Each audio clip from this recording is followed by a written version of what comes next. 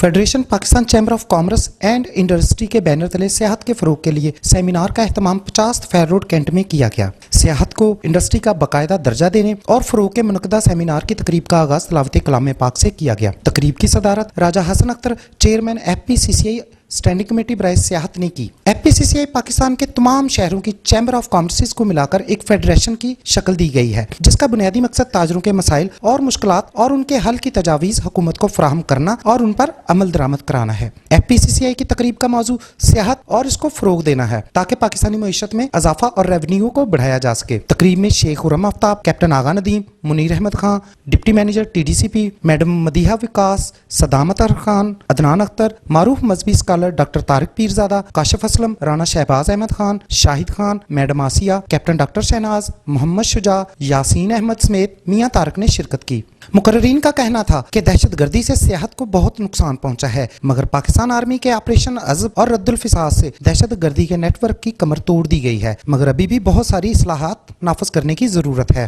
اس موقع پر میڈم آسیہ کا کہنا تھا کہ ہم چھوٹے ملک سے ضرور ہیں، مگر ہماری قوم اور ہمارا عزم بہت بڑا ہے۔ چیئرمین وفاق ایوان ہائے تجارت و صنعت راجہ حسن اختر نے تقریب کے اختتام پر مشترکہ اعلامیہ جاری کرتے ہوئے کہا کہ سیاحت کو پاکستان میں فروغ دینے کے لیے ٹورازم ایپ سمیت ٹورازم ہیلپ لائن کا آغاز بہت جلد کیا جائے گا۔ اس سلسلے میں ایک واٹس ایپ گروپ بھی تشکیل دیا جائے گا اور فیس بک پیج بنایا جائے گا، اور بیرون ملک پاکستانی سفارتخانوں اور ایمبیسیز میں سیاحتی ڈیسک کا قیام عمل میں لایا جائے گا۔ اس کے علاوہ ٹویٹر پر ٹورازم ٹرینڈ بھی گاہے بگاہے چلایا جائے گا، اور سکولز اور کالجز میں سیاحت کے فروغ کے لیے مختلف اوقات میں سیمینارز، لیکچرز اور ورکشاپس کا اہتمام کیا جائے گا، اور پاکستان کے مختلف سیاحتی مقامات کی ڈاکومنٹری ڈسپلے کا اہتمام بھی جلد کیا جائے گا تاکہ سیاحت سے غیر ملکیوں کو راغب کیا جا سکے اور زیادہ سے زیادہ زر مبادلہ کما کر پاکستانی معیشت کو مضبوط سے مضبوط تر کیا جائے۔ کیمرامین محمد شکیل و صابر علی انصاری کے ساتھ محمد صغیر چودھری،